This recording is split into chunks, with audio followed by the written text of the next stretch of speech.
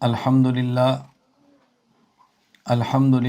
نحمده ونستعینه ونستغفره ونؤمن به ونتوکل علیہ ونعوذ باللہ من شرور انفسنا ومن سیئات اعمالنا من يهده الله فلا مضل له ومن يضلل فلا هادي له ونشهد ان لا اله الا الله وحده لا شريك له ونشهد أن سيدنا ومولانا محمدا عبده ورسوله أما بعد فأعوذ بالله من الشيطان الرجيم بسم الله الرحمن الرحيم يا أيها الناس اتقوا ربكم الذي خلقكم من نفس واحدة وخلق منها زوجها وبث منهما رجالا كثيرا ونساء واتقوا الله الذي تساءلون به والأرحام إن الله كان عليكم رقيبا وقال الله تبارك وتعالى يا أيها الذين آمنوا اتقوا الله وقولوا قولا سديدا يصلح لكم أعمالكم ويغفر لكم ذنوبكم ومن يطع الله ورسوله فقد فاز فوزا عظيما عن أبي هريرة رضي الله تعالى عنه قال النبي صلی اللہ علیہ وسلم تنکح المرأة لأربع لمالها ولحسبها وجمالها ولدينها فاصفر بذات الدين اللهم صل على محمد وعلى آل محمد كما صليت على إبراهيم وعلى آل إبراهيم إنك حميد مجيد اللهم بارک علی محمد وعلی آل محمد کما بارکت علی ابراہیم وعلی آل ابراہیم انک حمید مجید۔ اللہ تعالیٰ کے فضل اور کرم سے جو ہم نے ارادہ کیا ہے کہ انشاءاللہ پورے عالم میں ایسے مراکز قائم کرنے ہیں جو عقائد کے لیے درسگاہ، مسائل کے لیے دارالافتاء اور تزکیہ نفس کے لیے خانقاہ ہو۔ ان میں سے ہمارا ایک مرکز خانقاہ حنفیہ مسجد الصحابہ آسٹریلیا میں موجود ہے۔ ہمارے نہایت محبت کرنے والے بزرگ مرید سید قاسم شاہ صاحب نے اپنے اعزاء، اقارب، دوستوں کے ساتھ مل کر اس مرکز کی بنیاد رکھی ہے، اور اب ان کے بیٹے سید شاہد مصطفیٰ شاہ صاحب میرے شاگرد بھی ہیں، مجاز بھی ہیں، اور مجھ ہی سے تربیت حاصل کر رہے ہیں، اور بہترین انداز میں اس خانقاہ کو اور مرکز کو چلا رہے ہیں۔ اللہ تعالیٰ ان کی عمر میں برکت عطا فرمائے اور ساری خدمات کو جو اللہ کے لیے ہیں قبول فرمائے۔ ہماری اسی خانقاہ حنفیہ آسٹریلیا سے وابستہ دو میرے شاگرد اور مرید ہیں۔ ان میں ایک ہیں بھائی جریر صاحب اور ایک ہے بھائی نوید۔ بھائی نوید پاکستان شیخوپورہ سے ہیں اور بھائی جریر آسٹریلیا میں ہیں۔ کچھ دن قبل سید شاہد مصطفیٰ شاہ صاحب نے مجھے فرمایا کہ ہماری خواہش ہے کہ بھائی جریر کے لیے کوئی مناسب رشتہ آپ تلاش کر دیں، اور وہ دین کا کام کرنے والی بچی ہو تاکہ دونوں مل کر یہاں مرکز میں دین کا کام کریں۔ اللہ تعالیٰ نے یہ مقدر میں لکھا تھا بھائی نوید صاحب کی ہمشیرہ کے، تو بھائی نوید صاحب کا مجھے 2 دن قبل یہ میسج آیا، پھر تفصیل سے فون پہ بات ہوئی کہ ہماری ہمشیرہ کا رشتہ طے ہو گیا اور ہماری خواہش ہے کہ نکاح آپ پڑھیں۔ تو میں نے ان سے یہ کہا کہ انشاءاللہ میں نکاح کے عنوان پہ گفتگو کروں گا، اور سید شاہد مصطفیٰ شاہ صاحب نکاح پڑھا دیں گے، اور اس کے بعد میں انشاءاللہ دعا کرا دوں گا۔ تو میں مناسب سمجھتا ہوں کہ اس نکاح کی مبارک تقریب کے موقع پر نکاح کے متعلقہ چند ایک باتیں عرض کر دوں۔ ویسے مستقل اس موضوع پر 3 دن کا کورس کرانے کا میرا ارادہ ہے، اور الحمدللہ اس پر فائل تیار ہے، مواد جمع ہے، بس مناسب وقت میں ہم نے کورس کرانا ہے 3 دن انشاءاللہ۔ میں نکاح کے حوالے سے تفصیل گفتگو کروں گا، اور اس میں تمام حضرات اور خواتین شریک ہوں گے، اور موقع دیا جائے گا اس مناسبت سے کوئی سوال کرنا چاہے، کوئی بات پوچھنا چاہے تو پوچھیں۔ کیوں تاکہ نکاح ہمارے سنت کے مطابق ہو، شریعت کے مطابق ہو۔ جب ہم یہ بات کہتے ہیں کہ نکاح رسول اللہ صلی اللہ علیہ وسلم کی سنت ہے تو پھر سنت کے مطابق نکاح کے سارے امور طے ہونے چاہیے۔ یہ نہیں کہ نکاح کو سنت رسول اللہ صلی اللہ علیہ وسلم کی سمجھا جائے اور نکاح پہ ہونے والے تمام رسم و رواج ہوں اور خرافات ہوں اور ہر ایک ادا سے رسول اکرم صلی اللہ علیہ وسلم کی سنت کو توڑا جائے، یہ مسلمان کی شان کے لائق نہیں ہے۔ میں آج کے مجلس میں بہت لمبی گفتگو نہیں کر رہا، چند بنیادی باتیں عرض کرنا چاہتا ہوں، اس کو اچھی طرح سن لیں۔ پہلی بات یہ سمجھیں کہ نکاح مسلمان بھی کرتے ہیں اور نکاح کافر بھی کرتے ہیں۔ مسلمانوں کے ہاں نکاح عبادت ہے اور کفار کے ہاں نکاح عیاشی ہے۔ تو چونکہ نظریہ نکاح میں فرق ہے اس لیے طریقہ نکاح میں فرق ہے۔ مسلمان چونکہ نکاح کو عبادت سمجھتا ہے تو ان تمام چیزوں کا خیال کرے گا جن کا عبادت میں خیال کیا جاتا ہے، اور کافر چونکہ عیاشی سمجھتا ہے تو ہر وہ چیز استعمال کرے گا کہ جیسے یہ عیاشی ہو۔ یہ بنیادی فکر سمجھ لیں۔ فکر کی تبدیلی یہ بہت اہم تبدیلی ہے۔ میں ایک بات پر بہت اہتمام سے اور تاکید سے زور دیتا ہوں کہ اپنے افکار کو درست کریں، اپنے نظریات کو درست کریں، اپنی سوچ کے زاویے درست کریں۔ جب ہمارے سوچ کے زاویے درست ہوں گے تو پھر تمام معاملات کو چلانا بہت آسان ہوگا۔ تو مسلم کے ہاں نکاح عبادت ہے اور غیر مسلم کے ہاں نکاح عیاشی ہے۔ چونکہ ہمارے ہاں نکاح عبادت ہے تو ہم تمام امور میں عبادت کے پہلو کا خیال کریں گے۔ اس میں سب سے پہلی بات کیا ہے کہ نکاح کی بنیاد کیا ہے، رشتے کی بنیاد کیا ہے۔ جب رشتہ تلاش کیا جاتا ہے تو رشتے میں کن چیزوں کو مد نظر رکھا جاتا ہے؟ ہم چونکہ نکاح کو عبادت سمجھتے ہیں اور عبادت میں رسول اکرم صلی اللہ علیہ وسلم کی ذات گرامی کو ہم معیار سمجھتے ہیں، تو رسول اکرم صلی اللہ علیہ وسلم سے پوچھتے ہیں کہ نکاح کس بنیاد پہ ہوتا ہے۔ صحیح بخاری میں روایت موجود ہے، حدیث نمبر 5090۔ حضرت ابو ہریرہ رضی اللہ تعالیٰ عنہ فرماتے ہیں رسول اللہ صلی اللہ علیہ وسلم فرمایا کہ عام طور پر جو نکاح کے لیے عورت کو دیکھا جاتا ہے تو اس میں 4 چیزیں بنیاد ہوتی ہیں۔ تنکح المرأۃ لاربع، لمالہا، بس اوقات عورت کے مال کو دیکھا جاتا ہے، ولحسبہا، بس اوقات اس کے خاندان کو دیکھا جاتا ہے، وجمالہا، بس اوقات اس کی خوبصورتی کو دیکھا جاتا ہے، ولدینہا، اور بس اوقات اس کے دین کو دیکھا جاتا ہے۔ تو کوئی نکاح میں عورت کے مال کو دیکھتا ہے کہ عورت مالدار ہونی چاہیے، کوئی دیکھتا ہے کہ اس کا خاندان بڑا ہونا چاہیے، کوئی دیکھتا ہے کہ خوبصورت بہت ہونی چاہیے، کوئی دیکھتا ہے کہ اس کے پاس دین ہونا چاہیے۔ رسول اکرم صلی اللہ علیہ وسلم نے خود فرمایا فاظفر بذات الدین، تمہیں ان میں سے کسی ایک چیز کو اختیار کرنا پڑے تو تم دین کو اختیار کرنا اور دین کو ترجیح دینا۔ دیکھو اس کی بہت ساری وجہ ہیں، میں نے پہلے بھی عرض کیا کہ میں تفصیلی بات نہیں کر رہا، مختصر بات کر رہا ہوں۔ اگر مال بنیاد ہے اس نے ختم ہو جانا ہے، خاندان بنیاد ہے، مرنے کے ساتھ تعلق ٹوٹ جاتے ہیں، اور اگر خوبصورتی ہے ایک بیماری سے ختم ہو جاتی ہے۔ دین ایسی چیز ہے کہ جو نہ ختم ہونے والی چیز، دین ایک ایسی چیز ہے جو نہ ختم ہونے والی چیز ہے۔ حضرت علی المرتضیٰ رضی اللہ تعالیٰ فرمایا کرتے تھے رضینا قسمت الجبار فینا لنا علم وللجہال مال فإن المال یفنی عن قریب والعلم باق لا یزال۔ اللہ ہم آپ کی تقسیم پہ راضی ہیں، آپ نے ہمیں علم دین دیا ہے اور لوگوں کو آپ نے مال دیا ہے۔ مال ختم ہو جائے گا اور علم دین کا یہ فنا ہونے والی چیز نہیں ہے۔ دین کا علم، عام علم نہیں، علم دین مراد ہے۔ تو پہلی بات کہ نکاح میں بنیاد کیا ہے۔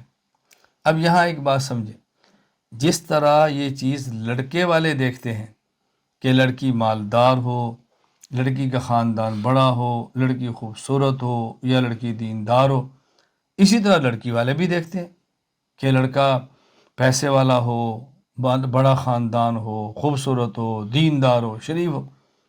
تو جب دونوں ہی دیکھتے ہیں تو رسول اکرم صلی اللہ علیہ وسلم نے یہ کیوں فرمایا ہے نکاح میں عورت کے مال، عورت کے خاندان، عورت کے دین اور عورت کی خوبصورتی کو دیکھا جاتا ہے؟ یہ کیوں نہیں فرمایا کہ مرد کی ان چیزوں کو دیکھا جاتا ہے؟ یہ سمجھانا مقصود ہے کہ دیکھیں نکاح میں جو نکاح کرنے والا ہے، جو حاکمیت کا درجہ رکھتا ہے، جس کو فوقیت ہے، وہ مرد ہے، وہ مرد ہے۔ یعنی خامند اور بیوی کا جب بنتے ہیں تو مرد نکاح کر کے عورت کے گھر نہیں جاتا، عورت نکاح کر کے مرد کے گھر آتی۔ اس لیے جس کو لانا ہے اس کے بارے میں دیکھنا ہے نا کہ اپنے گھر کس کو لانا ہے۔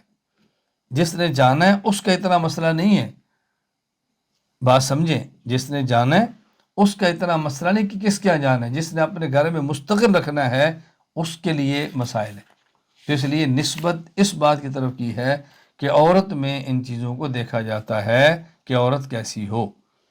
تو ہمیں اس حدیث پاک سے ایک بات سمجھ آئی کہ نکاح میں مال بھی دیکھنا چاہیے، حرج کی بات نہیں ہے، خاندان بھی دیکھنا چاہیے، حرج کی بات نہیں ہے، خوبصورتی دیکھیں، حرج کی بات نہیں ہے، لیکن ترجیح اس بات کو دیں کہ دین ہے یا نہیں ہے، شرافت ہے یا نہیں ہے، یہ بنیاد ہے۔ اب ہم نے خود غور کرنا ہے کہ ہم نکاح کرتے وقت کیا ان چیزوں کا خیال کرتے ہیں یا ان چیزوں کا خیال نہیں کرتے۔ پہلی بات کہ مسلم اور غیر مسلم کے نظریے نکاح میں فرق ہے۔ مسلمان کے ہاں نکاح عبادت ہے اور غیر مسلم کے نکاح عیاشی ہے۔ دوسری بات، نکاح کرتے وقت بنیاد کیا ہونی چاہیے؟ سب سے اہم وہ دین ہے۔ تیسری بات سمجھے کہ جب نکاح کرنے کا ارادہ کرتے ہیں اور سب سے پہلا مرحلہ ہوتا ہے نکاح کے لیے منگنی کا۔ دیکھیں منگنی یہ ہمارے اردو زبان کا لفظ ہے جسے کہتے ہیں نا مانگنا، مانگنا، کوئی چیز مانگنا اسے کہتے ہیں منگنی، یعنی فلاں نے مانگا ہے۔ تو یہ بات یہ نشین فرما لیں کہ نکاح میں ضروری نہیں ہے کہ لڑکے کے ورثہ لڑکی مانگے، یہ بھی ہو سکتا ہے کہ لڑکی کے ورثہ لڑکے کو مانگ لیں۔ یعنی جس طرح نکاح کے لیے لڑکے والے پہل کرتے ہیں تو لڑکی والے بھی پہل کر سکتے ہیں کہ بچہ ہمیں پسند ہے، ہم چاہتے ہیں اسے نکاح کرتے ہیں، اور یہ قرآن کریم سے ثابت ہے۔ حضرت شعیب علیہ السلام کی جو بیٹیاں تھیں تو حضرت موسیٰ علیہ السلام نے یہ نہیں کہا تھا کہ میں چاہتا ہوں آپ کی بیٹی سے میرا نکاح ہو۔ حضرت شعیب علیہ السلام نے فرمایا انی اریدو، میں چاہتا ہوں کہ اپنی دو بیٹیوں میں سے ایک بیٹی آپ کے نکاح میں دو۔ تو یہاں دیکھو لڑکی والے نے پہل کی ہے۔ ہمارا کیا ہے، بس اوقات لڑکی بڑی ہو جاتی ہے، نکاح کے قابل ہو جاتی ہے، نکاح کرنا ضروری ہوتا ہے اور نکاح کرنا بھی چاہتے ہیں، کسی جگہ بیٹی دینا بھی چاہتے ہیں، لڑکا اور اس کا خاندان پسند بھی ہوتا ہے، لیکن یہ اندر آر ہوتی ہے کہ ہم کیوں پہل کریں، وہ ہم سے مانگیں، ہم کیوں یہ بات کریں، یہ بندے کو اڑا دیتا ہے۔ اس ہم کے اندر رہتے ہیں اور بس اوقات اس کا رشتہ کسی اور جگہ طے ہو جاتا ہے تو پھر افسوس کرتے ہیں کہ ہم خود پہل کر لیتے تو اچھا تھا۔ اب افسوس سے کچھ نہیں ہوگا۔ اور منگنی کے حوالے سے یہ بات بھی ذہن نشین فرما لیں کہ یہ جو ہمارے منگنی کی رسومات چلتی ہے نا کہ لڑکا لڑکی کو دیکھ لے، لڑکی لڑکے کو دیکھ لے، اس کے لیے ان کی سیٹنگ کرنا، ان کو الگ بٹھانا، چائے پلانا، کھانا کھلانا، یہ ہماری شریعت کا مزاج نہیں ہے۔ دیکھنے کی گنجائش موجود ہے، اہتمام مقصود نہیں ہے۔ گھر میں کام کر رہی ہے دیکھ لیں، پانی لے کر آئیں یہ دیکھ لیں، باقاعدہ ان کو بٹھائیں، الگ خلوت ان کو دیں، یہ ٹھیک نہیں ہے۔ اور پھر باقاعدہ رشتے سے پہلے دونوں کا ملنا، باہر گھومنا، ان کا مزاج مل جائے، یہ شریعت کا مزاج نہیں ہے۔ یہ بات اچھی طرح سمجھیں۔ اور جب رشتہ پسند آ جائے، منگنی ہو جائے تو نکاح میں تاخیر نہ کریں۔ جامع ترمذی میں روایت موجود ہے، حدیث نمبر 1084، حضرت ابو ہریرہ رضی اللہ تعالیٰ عنہ فرماتے ہیں رسول اللہ صلی اللہ علیہ وسلم فرمایا اذا خطب الیکم من ترضون دینا وخلقا، جب تمہارے پاس ایسا شخص پیغام نکاح بھیجے تم جس کے دین اور اخلاق کو پسند کرتے ہو، فزوجوہ، پھر نکاح کر دو، الا تفعلوا تکن فتنۃ فی الارض وفساد عریض، اگر تم اس پر عمل نہیں کرو گے تو پھر ایسا نہیں کرو گے تو زمین میں فساد ہوگا، فتنے ہوں گے، آزمائشوں کے اندر تم مبتلا ہو جاؤ گے۔ اب تم اس میں تاخیر نہیں کرنی چاہیے۔ جب نکاح کا وقت متعین ہو، نکاح کرنا ہو، تو نکاح کس جگہ پہ کریں؟ چونکہ ہمارے ہاں نکاح عبادت ہے، تو عبادت کے لیے سب سے بہترین جگہ مسجد ہے، اور غیر مسلم کیا نکاح عیاشی ہے۔ عیاشی کی بہترین جگہ بازار ہے، ہال ہے، مرد عورتوں کے اختلاط ہے، ساز ہے اور گانے ہیں، ڈانس ہے، ظاہر عیاشی جو ہو رہی ہے۔ ہمارا چونکہ عبادت ہے، تو حضرت ام المومن امی عائشہ رضی اللہ تعالیٰ عنہ فرماتی ہیں، رسول اکرم صلی اللہ علیہ وسلم فرمایا اعلنوا ھذا النکاح وجعلوا فی المساجد۔ یہ حدیث جامع ترمذی میں موجود ہے، حدیث نمبر 1089، 80 اور 9، کہ تم نکاح مسجد میں کرو۔ معلوم ہوا کہ نکاح کا بہترین جو جگہ ہے، موقع، وہ مسجد ہے، اس لیے ہم نکاحوں کو مساجد میں کرنا چاہیے۔ اور جب یہ نکاح کریں تو اس نکاح میں یہ ضروری ہے کہ جس کا نکاح ہے وہ یا اس کا وکیل یہ نکاح کی مجلس میں موجود ہوں، یعنی دو گواہ ہوں، اور مرد اور عورت دونوں یا دونوں کا وکیل۔ جس راج نکاح ہوگا تو اس میں بھائی جریر موجود ہے، ان کی ہمشیرہ پاکستان میں ہے، لیکن ان کے بھائی ہمشیرہ کے بھائی نوید مجلس کے اندر موجود ہے۔ یہ بات اچھی طرح ذہن نشین فرما لیں۔ یہ جو ہمارے آج کہتے ہیں نا کہ ٹیلی فونک نکاح ہے، ویڈیو کال پہ نکاح ہے، لڑکی کہیں بیٹھی ہے، لڑکا کہیں بیٹھا ہے، ویڈیو کال، اور یہ نہیں، یہ خلاف شرع ہے۔ نکاح شریعت کے مطابق ایسے ہوگا کہ جس مجلس میں نکاح ہو رہا ہے وہاں لڑکی اور لڑکا دونوں موجود ہوں، یا جو موجود نہیں اس کا وکیل وہاں پہ موجود ہو۔ اگر دونوں ایک مجلس میں نہ ہوں اور دونوں کا وکیل نہ ہو، دور دور ہوں، ہمارے یہاں شریعت میں اس کو نکاح تسلیم نہیں کیا جاتا۔ یہ بات اچھی طرح ذہن نشین فرما لیں۔ مسجد میں ہو، نکاح خان ہو، اور گواہ ہوں، اور دلہا دلہن یا ان کا وکیل وہاں پہ موجود ہو۔ اور جو نکاح ہوگا اس کے اندر دو چیزیں ہیں، ایک ہے گواہ اور ایک ہے اعلان۔ شریعت میں اصل اعلان ہے، اصل اعلان ہے، خاندان کے ہر فرد کو پتہ ہو، محلے کے ہر فرد کو پتہ ہو، تعلق والے ہر فرد کو پتہ ہو کہ یہ دونوں خامند اور بیوی ہیں۔ اعلان ہے۔ یہ جو گواہ ہیں یہ اس لیے ہیں کہ بوقت ضرورت ان کو پیش کیا جا سکے۔ مرد عورت جا رہے ہیں، ہوٹل میں ٹھہرے ہیں، پولیس کہتی ہے تم کون ہو؟ وہ کہتے ہیں خامند اور بیوی ہیں۔ اس پر ثبوت کے طور پہ ان کو دو گواہ پیش کرنے پڑیں گے جو کہ نکاح فارم کے اندر لکھے ہوتے ہیں۔ پورا مجمع تو پیش نہیں کر سکتے، لہذا یہ جو ہمارے یہاں چلا ہوا ہے کہ ماں کو بھی نہیں پتہ، والد کو بھی نہیں پتہ، دو گواہ بنا لے، چوری نکاح کر لیا اور کہتا ہے یہ نکاح میں دو گواہ کافی، نکاح ہو گیا، یہ انتہائی نازیبا، بدترین حرکت اور شریعت کے مزاج کے خلاف ہے۔ میرے علم میں ایسے حضرات اور خواتین موجود ہیں جن کا مجھ سے صلاحی تعلق جڑا ہے، اور مجھے یہ بات بتائی گئی ہے کہ ہم نے ماں باپ کو بتائے بغیر دو گواہ بنا کر آن لائن نکاح کیا ہے، اور وقت پر اس کا اظہار کریں گے۔ میں نے کہا تم نے جرم کیا ہے، تم نے غلط کیا ہے، اور تمہیں اس وقت سمجھ آئے گی جب تمہاری بیٹی ہوگی، تمہارا بیٹا ہوگا، تمہارے پوچھے بغیر کریں گے، تمہیں پھر سمجھ آئے گی جرم کیا ہوتا ہے۔ شریعت کے مزاج کو سمجھو۔ اصل یہ ہے کہ اعلان ہو، اعلان ہر کسی کو پتہ ہو۔ یہ جو دو گواہ بنائے جاتے ہیں یہ تو بوقت مطالبہ، بوقت ضرورت ہے کہ جب ضرورت پیش آ جائے تو دو گواہ پیش کرو۔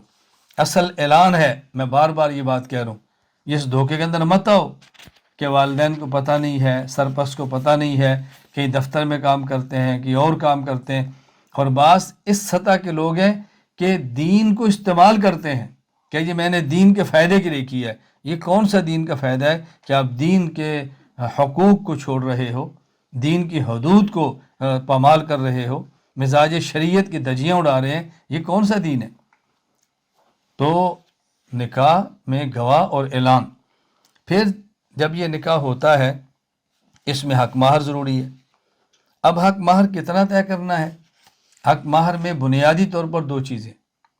نمبر ایک، اتنا زیادہ نہ ہو کہ لڑکا ادا نہ کر سکے، اور اتنا کم نہ ہو کہ لڑکی کو اپنے خاندان اپنی سہیلیوں میں بتاتے ہوئے شرمندگی محسوس ہو۔ یہ اصل حق مہر ہے۔ ہمارے یہاں کیا معروف ہے کہ جی مہر فاطمی رکھ لیتے ہیں۔ بھی آپ نے رکھنا ہے تو آپ مہر خدیجہ رکھو۔ رسول اکرم صلی اللہ علیہ وسلم کی 11 بیویاں ہیں، بیوی کا نام نہیں لیا جا رہا۔ پھر نبی پاک صلی اللہ علیہ وسلم کی 4 بیٹیاں ہیں، مہر زینب رکھ لو۔ 4 بیٹیوں کا نام نہیں لیا جا رہا، صرف اور صرف حضرت فاطمہ رضی اللہ تعالیٰ عنہ کا نام لیا جا رہا ہے۔ اہل سنت کا نظریہ کہ آپ کی 11 بیویاں اور 4 بیٹیاں ہیں۔ اور اگر مہر فاطمی بھی ہے تو مہر فاطمی آج کے دور میں آپ کو معلوم ہے کتنا بنتا ہے؟ 500 دراہم تھے، جن کی مالیت 132 تولہ چاندی بنتی ہے، اور گرام کے اعتبار سے 1632 گرام بنتی ہے۔ آپ پتہ ہے 1632 گرام کتنا بنتا ہے؟ ہم کہتے ہیں جی مہر فاطمی رکھ لو، 500 دے دو۔ 500 مہر فاطمی کہاں سے ہوا؟ یہ بات اچھی طرح ذہن نشین فرما لیں کہ حق مہر میں بنیاد کیا ہے، اور یہ لڑکے نے ادا کرنا ہے۔ ایک بار میں خود نکاح پڑھا رہا تھا تو میں نے لڑکے سے پوچھا حق مہر کتنا ہے؟ اس نے اپنے والد کو دیکھنا شروع کیا۔ میں نے پوچھا بھی تیرا نکاح ہے تیرے ابے کا نکاح ہے؟ کہتا جی میرا ہے۔ تو میں نے کہا تو بتا حق مہر کتنا ہے؟ شادی تیری ہے تو دیکھتا اپنے والد کو ہے، ابھی میں کہوں ایجاب و قبول کر، پھر تو کس کو دیکھے گا؟ بھائی تیرا نکاح ہے، تو کتنا دے سکتا ہے تو بتا۔ تو نکاح میں یہ 2 چیزیں حق مہر کے اندر بنیادی ہے جو میں نے عرض کیا، اس کو اچھی طرح ذہن نشین فرما لیں۔ حق مہر فوراً بھی ادا ہو سکتا ہے، رخصتی کے وقت بھی ادا ہو سکتا ہے، بعد میں بھی ادا ہو سکتا ہے۔ وہ فریقین کس بات پہ راضی ہیں، شریعت ان کو پورا اختیار دیتی ہے۔ پھر نکاح ہوا، رخصتی ہونی ہے۔ رخصتی کا طریقہ کیا ہے؟ خاندان کے 1-2 معززین، ہاں خواتین ہو، بچی کو لیں اور اس کے شوہر کے گھر چھوڑ دیں، ٹھیک ہے؟ شوہر آئے وہ خود لے جائے، یہ بھی ٹھیک ہے۔ یہ جو ہمارے یہاں رخصتی کو بارات کا نام دیا جاتا ہے، یہ کہاں سے آیا ہے؟ یہ بات یاد رکھنا، بارات کا لفظ کہاں سے آیا ہے؟ بارات کا لفظ یہاں سے آیا ہے کہ جب ہمارے ہاں پاک و ہند میں رشتے ہوتے، رخصتی رات کو ہوتی، سفر لمبے ہوتے، اور ڈاکوؤں سے، لٹیروں سے حفاظت کے لیے مختلف افراد کو اکٹھا کیا جاتا۔ ایک آپ کا آدمی ہوگا، ایک آپ کا ہوگا، ایک آپ کا ہوگا۔ کیوں؟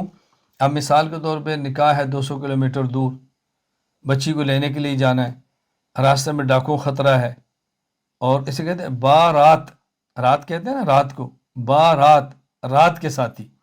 تو چند افراد چنے جاتے کہ رات کو سفر کرنا ہے اور بحفاظت بچی کو لانا ہے، نوجوان ہے، دلہن ہے، زیور ہے، اس کی حفاظت کے لیے۔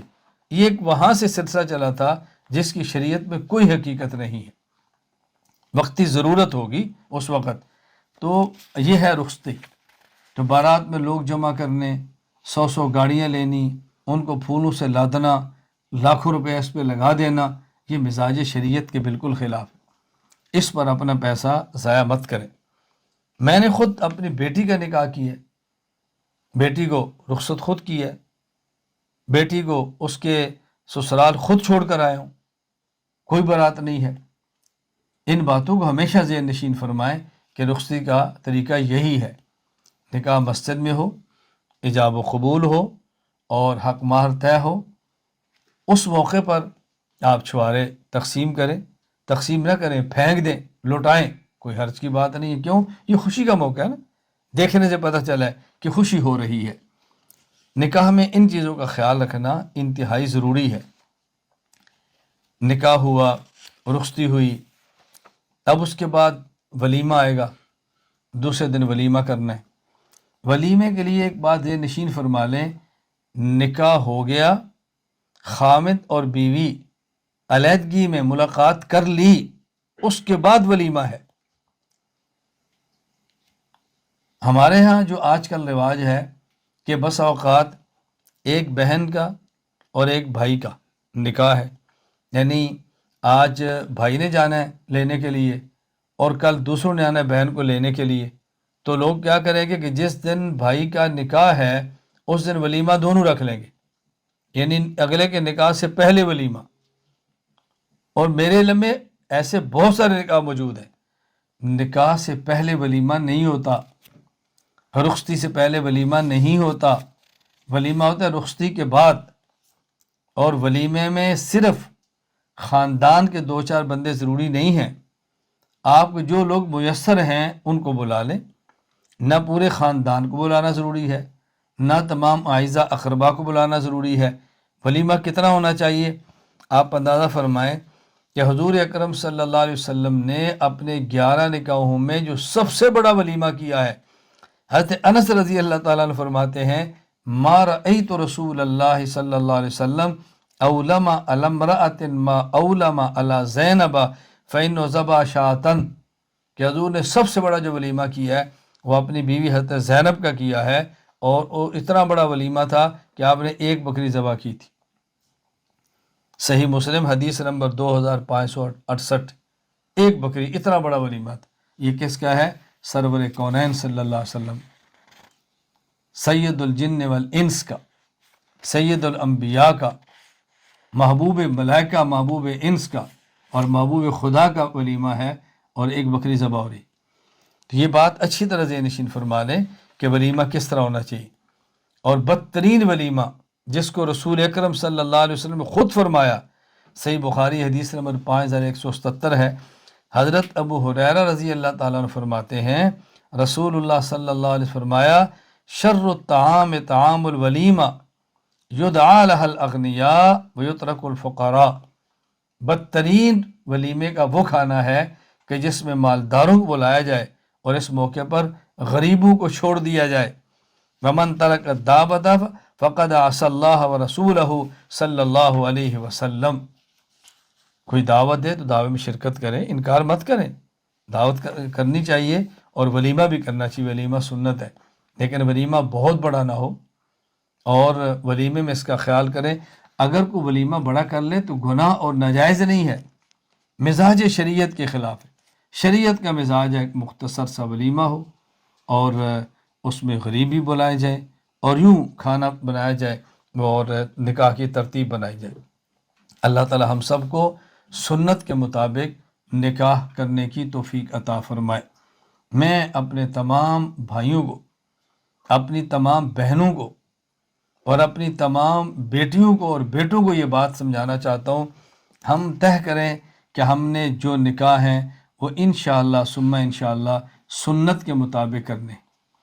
آپ یقین فرمائیں، یعنی میرے یہاں خود میری بیٹی کا نکاح تھا، میں نے جان بوجھ کے 300 مہمانوں کی فہرست بنائی، پھر پورے کھانے کا اسٹیمیٹ لگایا کتنا ہو سکتا ہے، اور اس کے بعد میں نے اپنی اہلیہ اور بیٹی دونوں سے کہا، میں نے کہا دیکھیں ہم نے نکاح کرنا ہے، اور نکاح کرنے کے بعد خود کو داعی اور مبلغ ثابت کرنا ہے، تو آپ کیا دونوں چاہتی ہیں کہ میں نکاح اس طرح کروں کہ کل کو میرے لیے دین کو بیان کرنا مشکل ہو، یا آپ چاہتی ہیں میں نکاح اس طرح کروں کہ میرے لیے دین کو بیان کرنا آسان ہو؟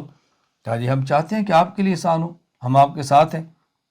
میں نے کہا بہت اچھا، تو پھر میں اس نکاح کے موقع پر کسی کو دعوت نہیں دوں گا، اجتماع کے اندر نکاح کر دوں گا، نکاح کا اعلان ہو جائے گا، اور اپنی بیٹی کو خود رخصت کروں گا۔ کہا جی ہمیں منظور ہے۔ اسی طرح ہمارا نکاح ہوا۔ میں نے سمجھایا کہ میرا اپنا مرکز اہل سنت والجماعت سرگودہ ادارہ ہے، اگر میں اس مرکز میں 300-400 مہمان جمع کروں گا، پرتکلف کھانے کھلاؤں گا، کل کو میرا کوئی طالب علم جو غریب ہے وہ کہے کہ استاد جی مجھے کچھ پیسے دیں، میں نے نکاح کی دعوت کرنی ہے، تو میں کہوں گا بیٹا سادہ کر لو۔ اس نے کہنا استاد جی آپ کے پاس پیسے تھے تو آپ نے سادہ نہیں کیا، اور مجھے آپ سادے کی ترغیب دیتے ہیں، تو میں کیسے یہ بات ان کو سمجھاؤں گا؟ مجھے آپ فرمائیں۔ اب مجھے کوئی شاگرد، میری کوئی شاگردہ مجھے کہے، میں کہتا ہوں بیٹا میں اپنے نکاح سادہ کر سکتا ہوں، اپنی بچیوں کے سادہ کر سکتا ہوں، تو آپ کو سادہ نکاح کرنے میں مسئلہ کیا ہے؟ آپ نے کیوں پیسہ خرچ کرنا ہے؟ سمجھانا بہت آسان ہے۔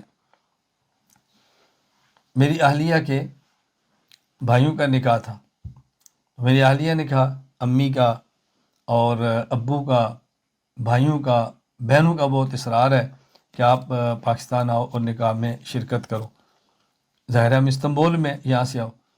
تو میں نے کہا دیکھو جانے میں کوئی حرج نہیں، آپ چلی جاؤ، بچوں کے ساتھ جاؤ، میں منع نہیں کرتا، لیکن ایک بات سمجھو کہ آپ معلمہ ہیں، کل کو اگر کوئی بچی ہندوستان کی ہو اور خلیجی کسی ملک میں رہتی ہو، کسی اور ملک میں رہتی ہو، پاکستان کی ہو کسی اور ملک میں رہتی ہو، اور وہ آپ سے کہے کہ باجی میری بھائی کی شادی ہے تو میں جانا چاہتی ہوں، تو میرے پاس پیسے نہیں ہیں، تو کچھ آپ میرے ساتھ تعاون کر دیں یا کسی کو کہہ دیں، تو آپ ان کو کیا کہو گی؟ اگر آپ خود نہیں گئی تو آپ کہہ سکتی ہو بیٹی میرے بھائی کی شادی تھی میں نہیں گئی، تو بھائی کی شادی میں جانا کوئی ضروری تو نہیں ہے، آپ کیوں پریشان ہیں؟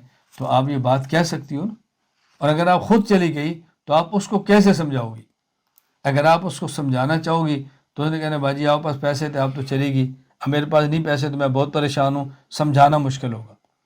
بطور خاص جو معلم، مربی اور دینی قیادت ہے، ان کو ان معاملات کا بہت زیادہ خیال کرنا چاہیے کہ میرے قول اور میرے فعل سے شریعت کا جنازہ نہ اٹھے، شریعت کی ترویج ہو۔ دنیا میں سب سے بڑا خوشی کا موقع اولاد کا نکاح ہوتا ہے، اور دنیا میں سب سے بڑا غم کا موقع اولاد کا جنازہ ہوتا ہے۔ اگر دین کے مبلغ، دین کے داعی، دین کو بیان کرنے والے علماء نکاح اور جنازے کے موقع پہ شریعت کو چھوڑ دیں گے، بدعات کریں یا علاقے کی رسومات کو کریں، تو بتائیں دین پر عمل کیسے ہوگا؟ یہی خوشی اور غم کا موقع ہوتا ہے کہ جہاں انسان نے اپنے پاؤں پہ کھڑا ہونا ہوتا ہے۔ میرا بیٹا فوت ہوا، میں نے جنازہ، چونکہ میرے 4 بچے فوت ہوئے، میں ایک کا واقعہ سننے لگا ہوں، رات فوت ہوا، میں نے صبح 8 بجے کا جنازہ رکھ دیا۔ کیوں؟ تاکہ لوگ جنازہ پڑھ کے 9 بجے تک دفاتر میں اپنے کاموں میں آرام سے پہنچ جائیں۔ 8 بجے کا اعلان ہو گیا، میرے پھوپھی کے بیٹے فوت ہو گئے، بھائی عنایت اللہ، اللہ ان کی مغفرت فرمائے۔ زمانہ طالب علمی میں میرے ساتھ وہ مالی تعاون کرتے تھے۔ انہوں نے کہا الیاس میں لاہور سے آ رہا ہوں اور 20 منٹ تک میں پہنچ جاؤں گا۔ میں نے ان کی بھی انتظار نہیں کی اور میں نے کہا جنازہ پڑھا دیا جائے۔ کیوں؟ یہ جو کتنی بڑی تعداد پہ لوگ آئے ہیں، میں ایک اپنے رشتہ دار کی وجہ سے ان سب کو خراب نہیں کر سکتا۔ نکاح کا وقت، جنازے کا وقت متعین ہے، لوگ جنازہ پڑھیں اور جائیں، باقی بعد میں آئیں گے وہ تعزیت کر لیں گے۔ ایک عالم کو، ایک دین کے داعی کو، مبلغ کو یوں کھڑا ہونا ضروری ہے۔ تو ہمارے آج بھی مسجد صحابہ آسٹریلیا خانقاہ حنفیہ میں چونکہ نکاح کی تقریب ہے، تو دونوں طرف سے میرا بہت گہرا تعلق ہے، تو میں نے مناسب سمجھا کہ اس موقع پر چند باتیں کہہ دوں۔ بچی نے رخصت ہونا ہے، ولیمہ ہونا ہے، اور آج کے دور میں ایک بہت بڑا مسئلہ پھر جہیز کا چلتا ہے۔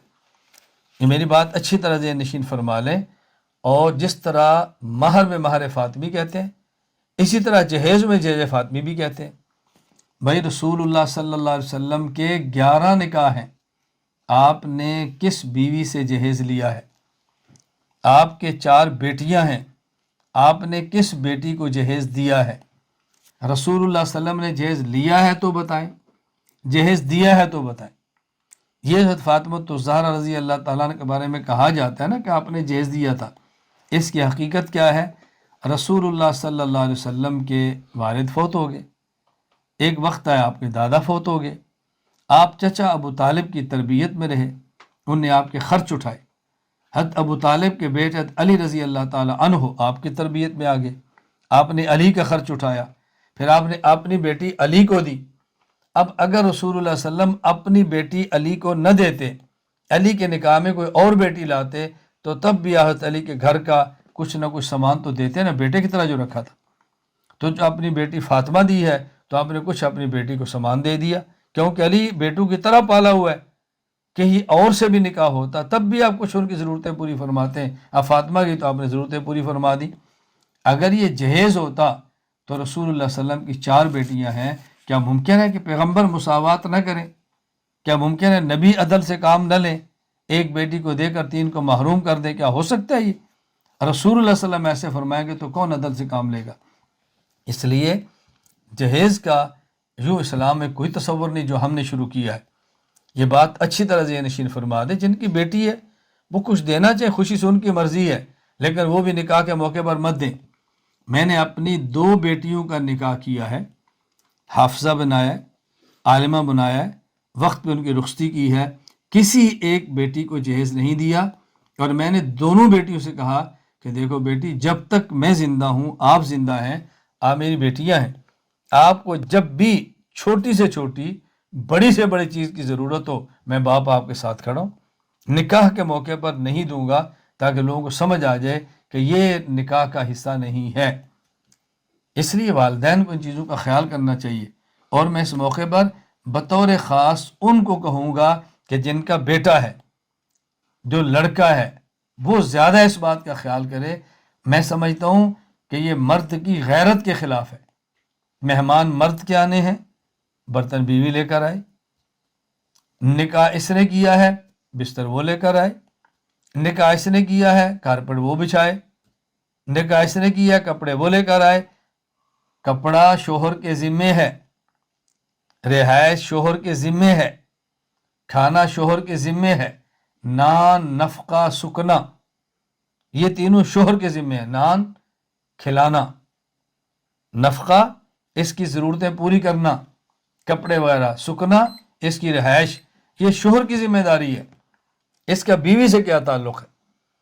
اس لیے کم از کم ہم دیندار اس بات پر کھڑے ہوں، ہم دیندار اپنا مزاج بنائیں، تو انشاءاللہ باقی لوگ بھی دین پر عمل کریں گے۔ میں اللہ کا جتنا شکر ادا کروں کم ہے۔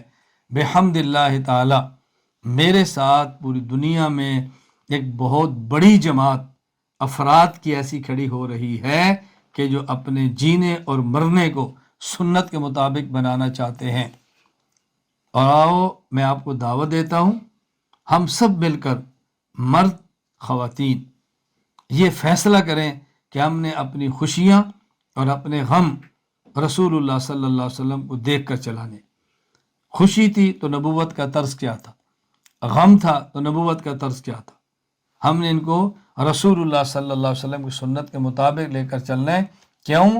خاندان نے، ہمارے قبیلے نے، ہمارے دوستوں نے ساتھ چھوڑ جانا ہے، قبر میں بھی ہمارے پیغمبر پاک صلی اللہ علیہ وسلم نے کام آنا ہے، حشر میں بھی ہمارے پیغمبر کی شفاعت ہونی ہے۔ اپنے رسول صلی اللہ علیہ وسلم کو ناراض مت کریں۔ میں ایک بات کہہ کر اپنی گفتگو ختم کرتا ہوں، جو نہایت دکھ دینے والی بات ہوتی ہے۔ ہمارے ہاں جب نکاح کا موقع آتا ہے تو ہم اپنے چچا، اپنے ماموں، اپنے پھوپھا، اپنی خالہ، پھوپھی، جتنے رشتہ دار ہیں، بہنیں، بھائی، ہر کسی کو خوش کرتے ہیں کہ اس موقع پر کوئی ناراض نہ ہو۔ حتیٰ کہ چاول بنانے والے نائی اور گھروں میں کام کرنے والے خادم، اور اس سے بڑھ کر گٹر صاف کرنے والے سویپر کو بھی خوش کرنے کی کوشش کرتے ہیں، بے خوشی کا موقع کوئی رہ نہ جائے۔ اور اگر ہم نہیں خیال کرتے، اللہ میری اور آپ کی حفاظت فرمائے، تو اپنے پیغمبر کا خیال نہیں کرتے صلی اللہ علیہ وسلم کہ اس موقع پر کہ ہمارے پیغمبر ناراض نہ ہو۔ اور عنوان کیا ہے؟ نکاح مسنون۔ ہو کہاں رہا ہے؟ حال میں مرد عورتیں جمع ہیں، گانے بج رہے ہیں، موسیقی چل رہی ہے، ڈانس ہو رہا ہے، ویڈیو بن رہی ہے، اور عنوان کیا ہے؟ نکاح مسنون۔ عنوان کیا ہے؟ ولیمہ مسنونہ، اور گناہوں سے بھرا پڑا ہے۔ میں خدا کا واسطہ دے کر کہتا ہوں، ہم یوں رسول اللہ صلی اللہ علیہ وسلم کی سنتوں کو ذبح نہ کریں، رسول اللہ صلی اللہ علیہ وسلم کی مبارک سنتوں کا مذاق نہ اڑائیں۔ ہم پیغمبر پاک صلی اللہ علیہ وسلم کے دین کے داعی بنیں اور اپنے عمل سے بنیں، زبان سے نہیں، اپنے عمل سے ہم دین کا داعی بنیں۔ تو ہم اس موقع پر عزم کریں، ہم انشاءاللہ اپنی خوشیاں اور اپنی غمیاں رسول اکرم صلی اللہ علیہ وسلم کی سنت کو دیکھ کر ہم انشاءاللہ ان سے گزریں گے انشاءاللہ۔ اللہ مجھے اور آپ سب کو عمل کی توفیق عطا فرمائے۔ وآخر دعوانا الحمدللہ رب العالمین۔ مولانا شاہد مصطفیٰ شاہ صاحب، آپ نکاح کروا دیں اور میں اس کے بعد دعا کرا دیتا ہوں۔ بھائی جریر موجود ہوں گے، بھائی نوید موجود ہوں گے، ویڈیو آن کر لیں۔ ماشاءاللہ ماشاءاللہ۔ دیکھیں اللہ کی شان یہ ہے کہ مولانا سید شاہ مصطفیٰ شاہ صاحب یہ بھی میرے شاگرد اور مرید ہیں، بھائی نوید یہ بھی شاگرد اور مرید ہیں، بھائی جریر یہ بھی شاگرد اور مرید ہیں، اور ان کے والد قاسم شاہ صاحب وہ بھی مرید اور شاگرد ہیں، اور یہ ساری ہماری اپنی کھیپ ہے۔ کتنی خوشی بندے کو ہوتی ہے اللہ سنت زندہ کرنے کی توفیق عطا فرمائے ماشاءاللہ۔ جی مولانا آپ نکاح پڑھوا دیں تو اس کے بعد دعا کر دیتے ہیں۔ الحمد لله الذي خلق من الماء بشرا فجعله نسبا وصهرا وكان ربك قديرا واشهد ان لا اله الا الله وحده لا شريك له واشهد ان محمدا عبده ورسوله ارسله بالهدى ودين الحق ليظهره على الدين كله ولو كره الكافرون. اللهم صل وسلم على سيدنا محمد افضل الخلق والوراء وعلى آله وأصحابه صلاة وسلاما كثيرا. أما بعد فيا أيها الحاضرون أوصيكم ونفسي بتقوى الله فقد فاز المتقون.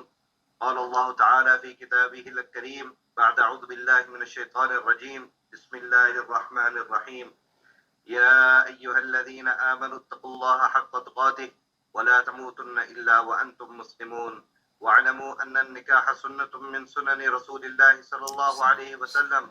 قال الله تعالى في القرآن العظيم أعوذ بالله من الشيطان الرجيم يا أيها الناس إنا خلقناكم من ذكر وأنثى وجعلناكم شعوبا وقبائل لتعارفوا إن أكرمكم عند الله أتقاكم ومن آياته أن خلق لكم من أنفسكم أزواجا لتسكنوا إليها وجعل بينكم مودة ورحمة إن في ذلك لآيات لقوم يتفكرون.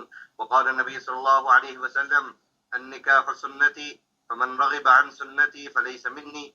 وقال أيضا يا معشر الشباب من استطاع منكم باءة فليتزوج فإنه أغض للبصر وأحسن للفرج ومن لم يستطع فعليه بالصوم فإنه له وجاء. وقال أيضا خير النساء امرأة إذا نظرت إليها سرتك وإذا أمرتها أطاعتك وإذا غبت عنها حفظتك في مالك ونفسها. بارك الله لي ولكم في القرآن العظيم ونفعني وإياكم بما فيه من الآيات والذكر الحكيم. أعوذ بالله من الشيطان الرجيم يا أيها الناس اتقوا ربكم الذي خلقكم من نفس واحدة وخلق منها زوجها وبث منهما رجالا كثيرا ونساء واتقوا الله الذي تساءلون به والأرحام إن الله كان عليكم رقيبا. أقول قولي هذا وأستغفر الله العظيم لي ولكم ولوالدينا ولمشايخنا ولسائر المسلمين والمسلمات فاستغفروه إنه هو الغفور الرحيم. بھائی نوید آپ وکیل ہیں لڑکی کی طرف سے، ان گواہوں کی موجودگی میں آپ بریرہ بنت شاہد کو 4 لاکھ روپے مہر کے عوض میں بھائی جریر بن عنایت اللہ کو دیتے ہیں. آپ قبول کرتے ہیں؟ جی سر ماشاء اللہ بارک اللہ لک و علیک و جمع اللہ بینکما بخیر. بھائی جریر اللہ برکت دے، بھائی نوید اللہ آپ کی ہمشیرہ کے برکت دے، اللہ خوشیاں عطا فرمائے. مولانا شاید آپ کے دونوں ساتھی ہیں، اس مبارک نکاح کو اللہ قبول فرمائے، اللہ خوشیاں عطا فرمائے. الحمدللہ رب العالمین والصلاة والسلام علی رسولہ وعلی آلہ وصحابہ اجمعین.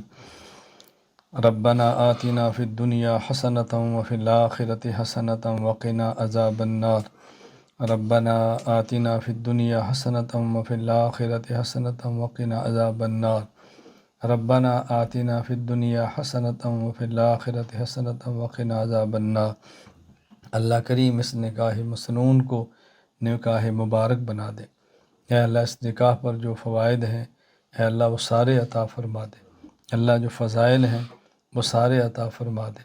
اے اللہ ان دونوں گھروں کو اس نکاح کو ان دونوں گھروں کے قریب ہونے کا ذریعہ بنا دے.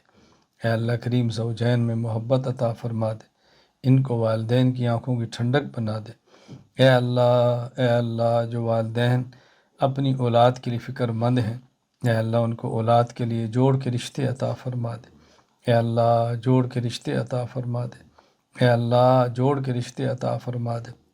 جن کے نکاح ہوئے ہیں اے اللہ ان کے گھروں کو آباد فرما دے. اے اللہ گھروں کو ٹوٹنے سے محفوظ فرما لے.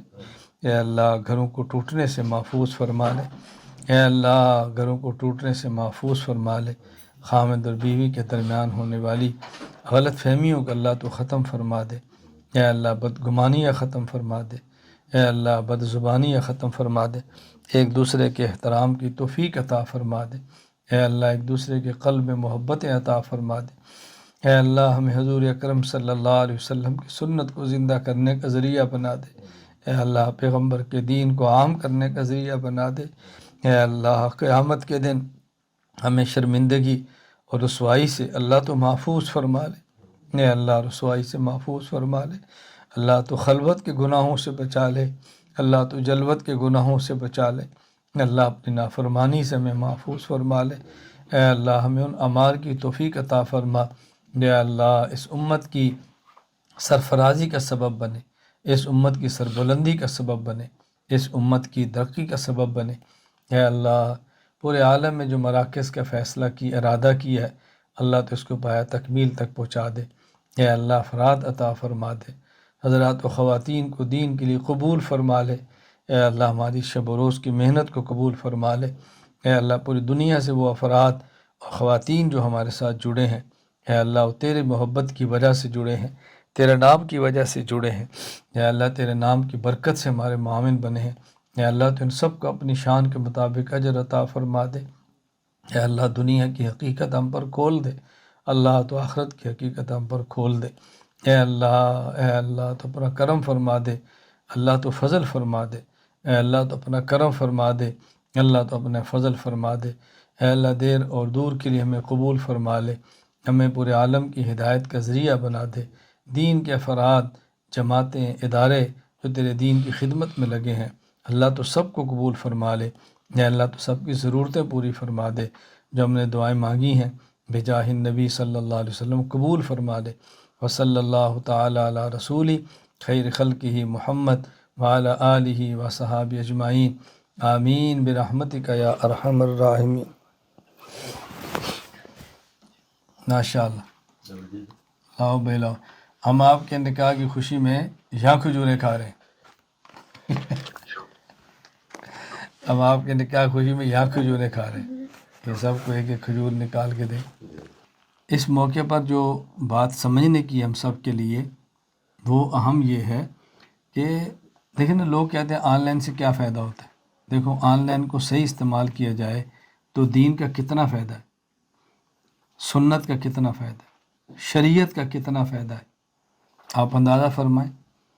میں بارہا کہتا ہوں یہ جو موبائل کافر ہے اس کافر کو مسلمان کرو، صہیونیت نے تیار کیا ہے ہمیں دجال کے فتنے میں کسنے کے لیے، اس کو استعمال کرو امت کو دجال کے فتنے سے بچانے کے لیے۔ آپ گھروں سے موبائل ختم نہیں کر سکتے، موبائل کا غلط استعمال ختم کر سکتے،